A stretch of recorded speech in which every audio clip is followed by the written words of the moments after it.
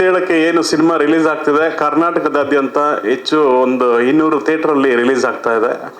So ಪ್ರತಿಯೊಂದು ಕಡೆ ನಗುವಿನ ಹೊನಲು ಹರಡುತ್ತೆ. 27ರಿಂದ ದೊಡ್ಡ ಮಟ್ಟದ ಯಶಸ್ಸು ಈ ಸಿನಿಮಾಗೆ ಸಿಗುತ್ತೆ ಅನ್ನೋ ನಂಬಿಕೆ ನನಗಿದೆ.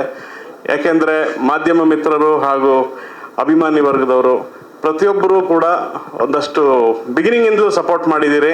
ಈ ಸೂಪರ್ ಹಿಟ್ ಸಿನಿಮಾಗೆ 27ನೇ ತಾರೀಕು ಏನು ಕರ್ನಾಟಕದಾದ್ಯಂತ 200 ಚಿತ್ರಮಂದಿರಗಳಿಗೂ ಹೆಚ್ಚು ಚಿತ್ರಮಂದಿರಗಳಲ್ಲಿ ರಿಲೀಸ್ ಆಗ್ತದೆ. ನಿಮ್ಮ ಪ್ರೋತ್ಸಾಹ, ನಿಮ್ಮ ಬೆಂಬಲ ಸದಾ ಹಾಗೆ ಇರಲಿ. ಜೊತೆಗೆ ಏನಂತಂದರೆ ಸಾಕಷ್ಟು ಈ ಜರ್ನಿನಲ್ಲಿ ಸಿಕ್ಕಾಪಟ್ಟೆ ಎಫರ್ಟ್ ಹಾಕಿರ್ತೀವಿ, ಅದು ನಮ್ಮ ಕರ್ತವ್ಯ. ಆದರೆ ಅದನ್ನು ಮೀರಿ ಎಲ್ಲೋ ಒಂದು ಕಡೆ ಒಂದು ಪಾಸಿಟಿವ್ ಎನರ್ಜಿ ನಮ್ಮನ್ನು ಕರ್ಕೊಂಡು ಹೋಗ್ತಾ ಇರುತ್ತೆ ಅಂತೀವಲ್ಲ, ಅದೇ ರೀತಿ ಸಿನಿಮಾದ ಜರ್ನಿಯಲ್ಲಿ ಡೇ 1ಇಂದ ಹಿಡಿದು ಅಂದರೆ ಕಥೆ ಬರೆಯೋಕ್ಕೆ ಕೂತ್ಕೊಂಡಾಗಿಂದ ಹಿಡಿದು ಅದನ್ನು ಸಿನಿಮಾ ಟೈಟ್ಲು ಮತ್ತು ಶೂಟಿಂಗು ಪ್ರೋಸೆಸ್ಸು ಪ್ರತಿ ಹಂತದಲ್ಲೂ ಕೂಡ ಹೂವು ಎತ್ತಾಗೆ ಕಂಪ್ಲೀಟ್ ಈಸಿಯಾಗಿ ನನಗೆ ಎಲ್ಲೂ ಲಭಿಸ್ತಾ ಹೋಯಿತು. ನಮ್ಮ ನಿರ್ಮಾಪಕರು ನನ್ನ ಸಿನಿಮಾ ಪರದೆ ಮೇಲೆ ನನಗೆ ಏನು ಕಾಣಬೇಕೋ ಅದು ಎಲ್ಲದಕ್ಕೂ ಕೂಡ ಎಳ್ಳಷ್ಟು ಕೂಡ ಎಲ್ಲೂ ಕೊರತೆ ಇರದ ಹಾಗೆ ಅದ್ಭುತವಾದಂಥ ಸಪೋರ್ಟ್ ಮಾಡಿ, ಇಲ್ಲ ಸರ್ ಚೆನ್ನಾಗಿ ಬರಲಿ, ನೀವು ಮಾಡಿ, ನೀವೇನು ಅಂದ್ಕೊಂಡಿದ್ದೀರಾ ಆ ಕಲ್ಪನೆಯಲ್ಲಿ ಏನು ಬಂದಿದೆ ಅದನ್ನು ನೀವು ಮಾಡಿ ಬಿಡಬೇಡಿ ಅಂತೇಳಿ. ಯಾಕಂದರೆ ಇಡೀ ಸಿನಿಮಾ ಜರ್ನಿ ಕತೆ ಮತ್ತು ಒಂದು ದಿನದಲ್ಲಿ ನಡೆಯುವಂಥ ಒಂದು ಕತೆ. ಈ ಜರ್ನಿ ಕರ್ನಾಟಕದ ಬೆಳಗಾಮಿಂದ ಹಿಡಿದು ಬೆಂಗಳೂರವರೆಗೂ ಶುರು ಆಗುತ್ತೆ. ಈ ಜರ್ನಿನಲ್ಲೇ ಸಾಕಷ್ಟು ಪ್ರಾಂತ್ಯಗಳನ್ನ ದಾಟ್ತಾ ಹೋಗುವಂಥ ಒಂದು ಕತೆ. ಇದನ್ನು ಶೂಟ್ ಮಾಡಬೇಕು ಅಂದರೆ ತುಂಬ ಚಾಲೆಂಜಿಂಗ್ ಇದು. ಯಾಕಂದರೆ ಪ್ರತಿ ಹಂತದಲ್ಲೂ ಕೂಡ ವಾತಾವರಣ ನಮಗೆ ಅನುಕೂಲವಾಗಿರಬೇಕು. ಅಲ್ಲಿ ಪರ್ಮಿಷನ್ಸು ಕೆಲವು ಸಮಸ್ಯೆ ಆಗ್ಬೋದು, ಈ ಥರದ್ದೆಲ್ಲ ಸಾಕಷ್ಟು ಸಮಸ್ಯೆಗಳು. ಅದೆಲ್ಲೂ ಕೂಡ ನನಗೆ ಸಲೀಸಾಗ್ತಾ ಹೋಯ್ತು ಪ್ರತಿಯೊಂದು ಹಂತದಲ್ಲೂ. ಸೊ ಎಲ್ಲೂ ಕೂಡ ನನಗೆ ಇಕ್ಕಟ್ಟು ಅಥವಾ ಏನೋ ಒಂದು ಅಯ್ಯೋ ಇದು ಯಾಕಪ್ಪ ಇದು ಅನ್ನೋ ಒಂದು ಫೀಲ್ ಕೊಡಲಿಲ್ಲ ನನಗೆ. ಸೊ ಪ್ರತಿ ಹಂತದಲ್ಲೂ ನಾನು ತುಂಬ ಖುಷಿಯಿಂದ, ತುಂಬ ಅಂದ್ಕೊಂಡ ಹಾಗೆ ಅದ್ಭುತವಾದಂಥ ಲೊಕೇಶನ್ಗಳು ನನಗೆ ಸಿಕ್ತು. ನನ್ನ ಕ್ಯಾಮ್ರಾಮನ್ ನಾಗಾರ್ಜುನ್ ಅವರು ಅದನ್ನು ಅದ್ಭುತವಾಗಿ ಚಿತ್ರೀಕರಿಸ್ಕೊಟ್ರು. ಹಾಗೆ ನನ್ನ ಎಡಿಟರ್ ಶ್ರೀಕಾಂತ್ ಅವರು ಬಂದಿಲ್ಲ ಅನಿಸುತ್ತೆ ನನಗೆ ಈಗ ಈ ಕಾರ್ಯಕ್ರಮಕ್ಕೆ, ಮೇ ಬಿ ಬ್ಯುಸಿ ಆಗಿರ್ಬೋದು. ಅವರು ಕೂಡ ಅದ್ಭುತವಾದಂಥ ಕೆಲಸ ಮಾಡಿದ್ದಾರೆ. ಹಾಗೆ ನನ್ನ ಕಾರ್ಯಕಾರಿ ನಿರ್ಮಾಪಕರು ಹನುಮಂತ್ ಅವರು, ಜೊತೆಗೆ ಮುಕುಂದ್ ಅವರು, ನನ್ನ ಕಾಸ್ಟ್ಯೂಮ್ ಡಿಸೈನರು ಜಗದೀಶ್ ಅವರು, ಆರ್ಟ್ ಡೈರೆಕ್ಟ್ರು ಸತೀಶ್ ಅವರು, ಹೀಗೆ ಎಲ್ಲರೂ ಸೇರಿ ಒಂದು ಕುಟುಂಬದ ಹಾಗೆ ಈ ಒಂದು ಸೂಪರ್ ಹಿಟ್ ಅನ್ನೋ ಒಂದು ರಥನ ಹೇಳ್ಕೊಂಡು ಇಲ್ಲಿವರೆಗೂ ಬಂದಿದ್ದೀವಿ. 27ಕ್ಕೆ ನಿಮ್ಮ ಮುಂದೆ ಬಿಡ್ತೀವಿ. ನೀವು ಅಲ್ಲಿಂದ ಎಲ್ಲಿವರೆಗೂ ಹೇಳ್ಕೊಂಡು ಹೋಗ್ತೀರಿ ಅನ್ನೋದು ಒಂದು 100 ಡೇಸ್ವರೆಗೂ ಹೋಗಿ ನಿಜವಾದ ಸೂಪರ್ ಹಿಟ್ ಸಿನಿಮಾ ಆಗ್ಬಿಡ್ಲಿ ಅಂತ ಹೇಳಿ ನಾನು ಕೇಳ್ಕೊಳ್ತೀನಿ ಈ ಮೂಲಕ. ಯಾಕೆಂದರೆ ನಿರ್ಮಾಪಕರ ಮೊದಲ ಹೆಜ್ಜೆ ಸಾಕಷ್ಟು ಅವರು ಭವಿಷ್ಯದ ಕನಸುಗಳನ್ನ ಕಟ್ಕೊಂಡಿರ್ತಾರೆ.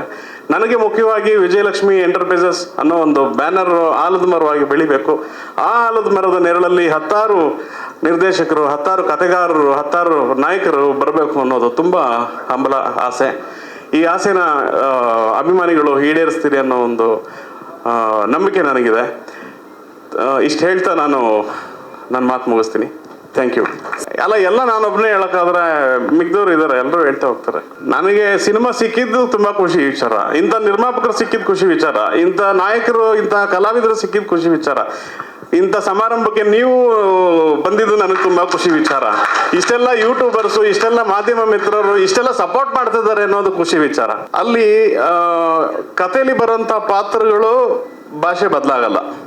ಆ ಪಾತ್ರಗಳನ್ನ ಬಿಟ್ಟು ಬೇರೆ ಯಾವ ಪಾತ್ರಗಳು ಕಥೆ ಒಳಗೆ ಬರಲ್ಲ. ಹಾಗಾಗಿ ಮೇಯ್ನ್ ನಮ್ಮ ಭಾಷೆ ಏನಿದೆ ಆ ಭಾಷೆ ಎಲ್ಲೂ ಕೂಡ ಬೇರೆ ಬೇರೆ ಪ್ರಾಂತ್ಯಗಳಿಗೆ ತಕ್ಕ ಹಾಗೆ, ಮಂಗಳೂರಿಗೆ ತಕ್ಕ ಹಾಗೆ, ಕರಾವಳಿಗೆ ತಕ್ಕ ಹಾಗೆ, ಕೊಡಗು ತಕ್ಕ ಹಾಗೆ ಬದಲಾಗಲ್ಲ.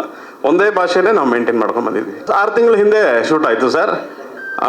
ಕಂಪ್ಲೀಟ್ ಶೂಟ್ ಮುಗಿದು ಡಬ್ಬಿಂಗ್ ಎಲ್ಲ ಮುಗಿಸಿ ನಮ್ಮ ಗಿಲ್ಲಿಯವರು ಬಿಗ್ ಬಾಸ್ಗೆ ಹೋದರು. ಬಿಗ್ ಬಾಸ್ಗೆ ಹೋಗಿದ್ದು ಅವರು 3 ತಿಂಗಳು ಏನು ಒಳಗಿದ್ದರು, ಅಷ್ಟರೊಳಗೆ ನಾವು ಪೋಸ್ಟ್ ಪ್ರೊಡಕ್ಷನ್ ಕಂಪ್ಲೀಟ್ ಮಾಡಿದ್ವಿ. ಡಿಸೆಂಬರ್ 1 ಲಾಂಚ್ ಮಾಡಿದ್ವಿ. ಮೇ ಬಿ ಡಿಸೆಂಬರ್ 18 ಅವ್ರು ಬಂದಿದ್ದು ಹೊರಗಡೆ. ಇಲ್ಲ ಅದೇನಾಗಿದೆ, ಈಗ ನಿಮಗೆ ಗೊತ್ತಿರೋ ಹಾಗೆ ಪ್ರತಿ ವಾರ 5-6 ಸಿನಿಮಾಗಳು ಇದ್ದೇ ಇರುತ್ತೆ. ಈ ವಾರ ಯಾರೂ ಇಲ್ಲ ಅವರು, ನಾನು ಆಮೇಲೆ ಬರ್ತೀನಿ ಅನ್ನೋದಕ್ಕೆ ನನಗೆ ಯಾವುದು ಆ ಬಿಡುವು ಸಿಗಲ್ಲ. ನನಗೆ ನನ್ನ ಕಥೆ ಮೇಲೆ, ನನ್ನ ಬಳಗದ ಮೇಲೆ, ನನ್ನ ಟೀಮ್ ಮೇಲೆ, ನನ್ನ ನಿರ್ಮಾಪಕರ ಮೇಲೆ, ನಾನು ಮಾಡಿರುವಂಥ ಈ ಸೂಪರ್ ಹಿಟ್ ಸಿನಿಮಾದ ಮೇಲೆ ನನಗೆ ಬಹಳವಾದ ನಂಬಿಕೆ ಇದೆ. ಜನ ಇದನ್ನ ಕೈ ಹಿಡದೇ ಹಿಡಿತಾರೆ ಅನ್ನೋ ಒಂದು ತುಂಬಾ ಅಚಲವಾದ ನಂಬಿಕೆ ಇದೆ. ಏನಕ್ಕೆ ಅಂತಂದ್ರೆ complete out and out comedy entertainment. ಇತ್ತೀಚಿನ ಬಂದಿರುವಂತ ಸಿನಿಮಾಗಳಲ್ಲಿ ಹೋಲಿಸಿದ್ರೆ ಕಾಮಿಡಿ ಎಂಟರ್ಟೈನ್ಮೆಂಟ್ ಕೊಟ್ಟಿರುವಂತ ಸಿನಿಮಾಗಳ ಅಂಕೆ ತುಂಬಾ ಕಮ್ಮಿ. ಸೂ ಫ್ರಮ್ ಸೋ ಬಂತು, ಜನ ಹೊತ್ತು ಮೆರೆಸಿದ್ರು. ಅದೇ ರೀತಿ ಸೂಪರ್ ಹಿಟ್ ಬರುತ್ತೆ, ಅದನ್ನು ಸೂಪರ್ ಹಿಟ್ ಮಾಡ್ತಾರೆ ಅನ್ನೋ ನಂಬಿಕೆ ನನಗಿದೆ. ಇದ್ರ ಮಧ್ಯೆ ಇನ್ಯಾವುದು ಕಾಮಿಡಿ ಜಾನರ್ ಅನ್ನೋ ಸಿನಿಮಾ ಬಂದಿಲ್ಲ ಇದುವರೆಗೂ. ಬರೋಂಥ ಸಿನಿಮಾಗಳೆಲ್ಲವೂ ಕೂಡ ಅಲ್ಲಲ್ಲ ಈಗ ಏನ್ ಹೇಳ್ತಿರೋದು, ಅಮೃತಾಂಜನ್ ಈಗ ಬಂತು, ಅಮೃತಾಂಜನ್ ಈಗ ಬಂತು 2 ವಾರದಿಂದ 1 ವಾರದಿಂದ. ಈ ಕಾಲಘಟ್ಟದಲ್ಲಿ ನಾನು ಹೇಳಿದ್ದಿರೋದು ಜರ್ನಿನಲ್ಲಿ ಅಮೃತಾಂಜನ್ ತುಂಬಾ ದೊಡ್ಡ ಮಟ್ಟದ ಯಶಸ್ಸು ಕಾಣ್ತು. ಯಾಕೆಂದ್ರೆ ಯೂಟ್ಯೂಬರ್ಸ್ ಒಂದು ಶಾರ್ಟ್ ಮೂವಿ ಮಾಡಿ ಅದರಲ್ಲಿ ಗೆದ್ದು ಅದನ್ನ ಸಿನಿಮಾ ಮಾಡ್ತಿದಾರಲ್ಲ, ಅದೇ ದೊಡ್ಡ ಮಟ್ಟದ ಯಶಸ್ಸು. ಸಿನಿಮಾದಲ್ಲೂ ಯಶಸ್ಸಾಗಿ 2ನೇ ವಾರ ರನ್ನಿಂಗ್ ಸಕ್ಸಸ್ಫುಲ್ ಆಗ್ತಿದೆ ಅಂತಂದ್ರೆ ಅದು ತುಂಬಾ ದೊಡ್ಡ ಮಟ್ಟದ ಆಸ್ಕರ್ ಲೆವೆಲ್, ಅದು 100%. ಅದು ಇನ್ನೂ 4-5 ವಾರ ಓಡ್ಲಿ, ನಮ್ಮ ಸಿನಿಮಾ ಜೊತೆಗೆ ಅದನ್ನು 15 ಡೇಸ್ ಆಗ್ಲಿ ಅಂತ ನನ್ನ ಆಸೆ. ಸೂಪರ್ ಹಿಟ್ ಯಾವಾಗಲೂ ಎಲ್ಲ ಸಿನಿಮಾಗಳು ಆಗ್ಲಿ ಅನ್ನೋದು ಒಬ್ಬ ನಿರ್ದೇಶಕರ ಕನಸು. ಆದ್ರೆ ಎಲ್ಲ ಸಿನಿಮಾಗಳು ಸೂಪರ್ ಹಿಟ್ ಆಗದ ಯಾವಾಗ, ಜನ ಚಪ್ಪಾಳೆ ತಟ್ಟಿ ಸಿಳ್ಳೆ ಹೊಡೆದಾಗ, ಜನ ಅದನ್ನ ಸೂಪರ್ ಹಿಟ್ ಮಾಡಿದಾಗ. ನಾವು ಫಸ್ಟೇ ಏನಕ್ಕೆ ಇಟ್ಕೊಂಡಿದೀವಿ ಅಂತಂದ್ರೆ ಒಂದು ಪಾಸಿಟಿವ್ ಎನರ್ಜಿ. ನಾನು ಆಗ್ಲೇ ಹೇಳಿದಾಗೆ ಕತೆಗೂ ಕೂಡ ಅದು ನನಗೆ ಬೇಕಾಗಿತ್ತು, ಅದಾಗದೇ ಒಲಿತು. ಜೊತೆಗೆ ಅದು ಬಂದ ಮೇಲೆ ಎಲ್ಲವೂ ಕೂಡ ಪಾಸಿಟಿವ್ ಆಗಿ ಇಲ್ಲಿವರೆಗೂ ಕರ್ಕೊಂಡ್ಬಂದು ನಿಮ್ಮ ಮುಂದೆ ನಿಲ್ಸಿದೆ ಸರ್. ಇಲ್ಲಿ ಏನಾಗಿದೆ, ನಾವು ಯಾವ ಭಕ್ತ ವೃಂದಕ್ಕೂ ಕೂಡ ನೋವಾಗದೇ ಇರೋ ಹಾಗೆ ಆ ಪಾತ್ರನ ಡಿಸೈನ್ ಮಾಡಿದ್ದೀವಿ. ಆಮೇಲೆ ಎಷ್ಟೋ ಸ್ವಾಮೀಜಿಗಳು ತುಂಬಾ ಅಧರ್ಮದ ಹಾದಿಯಲ್ಲಿ ಹಿಡಿದು ಜೈಲಲ್ಲಿದ್ದಾರೆ. ಸೊ ಆ ವರ್ಗ ತಗೊಂಡ್ರೆ ಎಷ್ಟೋ ಜನರಿಗೆ ಹರ್ಟ್ ಆಗಿರುತ್ತೆ ಅಲ್ವಾ. ಆ ಥರದ್ದು ಅಲ್ಲ ಇದು. ಈ ಪಾತ್ರ ಕಂಪ್ಲೀಟ್ ಪ್ಯೂರ್ ಎಂಟರ್ಟೈನ್ಮೆಂಟ್ ಇರುವಂಥ ಒಂದು ಪಾತ್ರ. ಸೊ ನಿಮಗೆ ಯಾವುದೇ ನೆಗೆಟಿವಿಟಿ ಕಾಣ್ತಿಲ್ಲ ಪಾತ್ರದಲ್ಲಿ. ಸಿನಿಮಾ ನೋಡಿದ್ಮೇಲೂ ಕೂಡ ನೆಗೆಟಿವಿಟಿ ಇರಲ್ಲ. ಅದು ತುಂಬ ಪಾಸಿಟಿವ್ ಆಗಿ 4 ಜನರಿಗೆ ಮಾದರಿಯಾಗಿ ಈ ಥರ ಮಾಡಬಾರ್ದು ಅನ್ನೋ ಒಂದು ಸಾರಾಂಶನ ಹೇಳುವಂಥ ಒಂದು ಗಟ್ಟಿ ಪಾತ್ರ ಅವರು ಮಾಡೋಂಥ ಪಾತ್ರ. ಅವರ ಅನುಭವಿ ನಿರ್ದೇಶಕರು, ಅನುಭವಿ ನಟರು ಕೂಡ. ಸೊ ಅವರು ಕತೆ ಕೇಳ್ತಿದ್ದ ಹಾಗೆ ಅವರ ಪಾತ್ರನ ಅನಲೈಸ್ ಮಾಡ್ಬಿಡ್ತಾರೆ, ಸ್ಕ್ಯಾನ್ ಮಾಡ್ಬಿಡ್ತಾರೆ. ನನ್ನ ಪಾತ್ರ ಏನು, ನೆಗೆಟಿವಾ ಪಾಸಿಟಿವಾ, ಸಮಾಜಕ್ಕೆ ನಾನು ಏನು ಮೆಸೇಜ್ ಕೊಡ್ತಾ ಇದ್ದೀನಿ ಅನ್ನೋದೆಲ್ಲ ಅವ್ರಿಗೆ ಗೊತ್ತಾಗ್ಬಿಡುತ್ತೆ. ಸೊ ಹಾಗೆ ಅವರು ಆ ಪಾತ್ರನ ಒಪ್ಕೊಂಡಿದ್ದೆ ನನ್ನ ಅದೃಷ್ಟ.